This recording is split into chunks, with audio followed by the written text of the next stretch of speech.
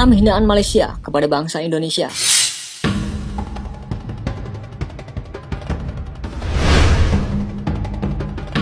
Tidak hanya dalam kolom komentar setiap media sosial, netizen Malaysia bermusuhan dengan Indonesia. Bahkan, Malaysia menyerang harga diri pemerintah atau rakyat Indonesia secara nyata. Berkali-kali negeri jiran itu menyulut api kemarahan warga Indonesia. Sikap diam pemerintah Indonesia saat ini ternyata membuat Malaysia semakin menjadi-jadi. Berikut beberapa hinaan Malaysia kepada Indonesia. Malaysia menyebut TKI sebagai Indon. Malaysia selalu menyebut negara kita dan TKI yang ada di sana sebagai Indon. Indon ternyata sebutan negatif yang bermakna jongos atau budak. Malaysia sudah hampir 2 dekade menggunakan istilah Indon untuk menyebut TKI yang berada di sana. Namun, bila berkomunikasi dengan sesama elit, mereka sering menyebut negara serumpun. Tapi, kepada para pembantu rumah tangga atau TKI, mereka menyebutnya Indon.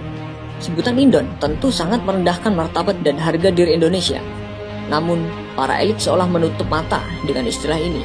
Indonesia adalah Indon. Iklan Malaysia bertajuk Indonesian Made Snow on Sale. Pemasangan iklan tenaga kerja Indonesia bertuliskan TKI on sale tidak wajar. Menurutnya manusia bukan barang yang bisa diperdagangkan. Akhir Oktober tahun lalu, masyarakat Indonesia kembali dibuat geram oleh ulah warga Malaysia. Sebuah iklan selebaran ditempel di ruang publik di Malaysia yang menyebutkan sebuah layanan jasa menyediakan tenaga kerja Indonesia. Disebutkan para TKI bisa dipekerjakan sebagai pembantu rumah tangga dengan harga yang didiskon. Iklan selebaran itu berbunyi, Indonesian maids now on sale. Fast and easy application. Now your housework and cooking come easy. You can rest and relax. Deposit only 3,500 ringgit. Price 7,500 ringgit net. Kecaman kepada pemerintah Malaysia pun bermunculan. Namun, pihak Malaysia menyebut bahwa iklan tersebut liar dan ditempel oleh orang yang tidak bertanggung jawab. Meski demikian, iklan yang marak ditempel di Malaysia itu telah melukai hati dan harga diri bangsa Indonesia.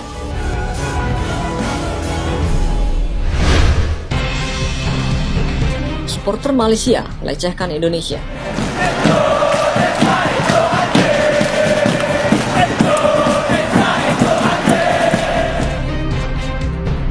Di lapangan hijau, supporter Malaysia juga pernah melecehkan bangsa Indonesia. Para supporter Malaysia pernah menyamakan Indonesia dengan binatang. Bahkan, penghinaan itu juga beredar di situs jejaring video YouTube. Penghinaan itu terjadi saat pertandingan antara Indonesia lawan Laos di Stadion Bukit Jalil, Malaysia. Saat itu, supporter Malaysia yang sedang menunggu pertandingan dengan Singapura masuk ke stadion dan melecehkan supporter Indonesia.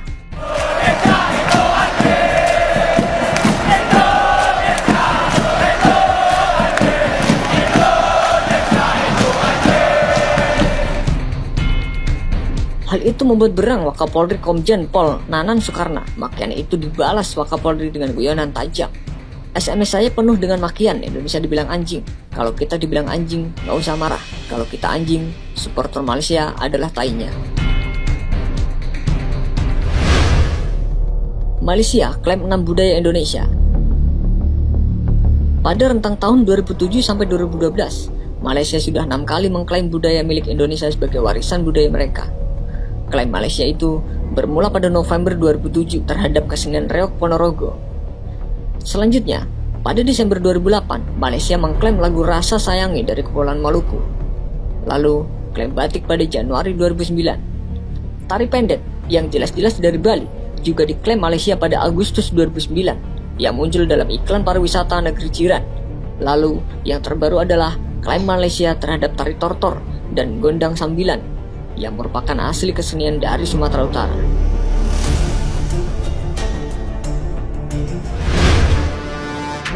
Malaysia menyebut Habibie sebagai pengkhianat bangsa. Zainuddin Maidin, salah seorang mantan Menteri Penerangan Malaysia, menghina mantan Presiden B.J. Habibie dengan menyebutnya sebagai pengkhianat bangsa. Mantan Menteri Penerangan Malaysia, Zainuddin Maidin, menyebut Presiden Indonesia ketiga, Bahrudin Yusuf Habibie, sebagai pengkhianat bangsa. Tudingan ini dia tuliskan pada tajuk rencana sebuah media massa, Koran Utusan Malaysia. Dalam tulisannya, Maidin menyebut bila Habibie tercatat sebagai Presiden Indonesia paling singkat dalam sejarah. Maidin menuding Habibie tersingkir karena mengkhianati negaranya dan juga telah menjadi tamu kehormatan bagi Ketua Umum Partai Keadilan Rakyat Anwar Ibrahim. Maidin menyebut mantan Menristek itu disingkirkan setelah menjadi Presiden Indonesia hanya selama 1 tahun 5 bulan karena setuju dengan desakan Barat agar mengadakan referendum di Timur Timur. Hal ini menyebabkan Timur Timur keluar dari NKRI pada tahun 1999. Beliau mengakhiri jawatan dalam kehinaan setelah menjadi presiden sejak 20 Oktober 1999, tulis Maidin seperti dikutip dari utusan.com. Tak hanya soal Timur Timur, Maidin juga menyatakan Habibie adalah penyebab perpecahan bagi rakyat Indonesia. Saat Habibie memimpin, Indonesia memiliki 48 partai politik yang dinilai Maidin adalah sebagai bentuk perpecahan politik. Habibie pun menjadi gunting dalam lipatan terhadap Presiden Soeharto, walaupun Soeharto yang membawanya kembali dari Jerman untuk kemudian menjadi wakil presiden, dan demikian juga yang dilakukan oleh Anwar Ibrahim terhadap Tun Dr. Mahathir Muhammad ketika beliau menjadi timbalan Perdana Menteri setelah dipungut dari ABRI, tulis Maidin.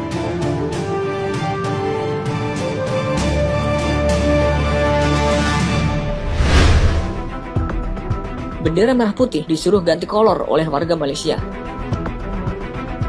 Seorang pengusaha bernama Broderick Chin yang memimpin PT Kreasi Jaya Adikarya di Dumai, Kepulauan Riau itu menyamakan bendera merah putih dengan kolor miliknya dan istrinya. Pasalnya, bos tersebut memerintahkan agar para karyawannya mengganti bendera merah putih dengan kolor berwarna putih yang dia pakai. Pelecehan terhadap bendera kebanggaan Indonesia ini terjadi pada hari Jumat 16 Agustus 2013 lalu saat menjelang upacara kemerdekaan. Menurut Kepala Bagian Penerangan Umum Polri, Kombes Pol Agus Rianto, perusahaan yang dipimpin oleh Broderick sejatinya hendak mengibarkan bendera merah putih, namun tidak ditemukan bendera merah putih saat itu.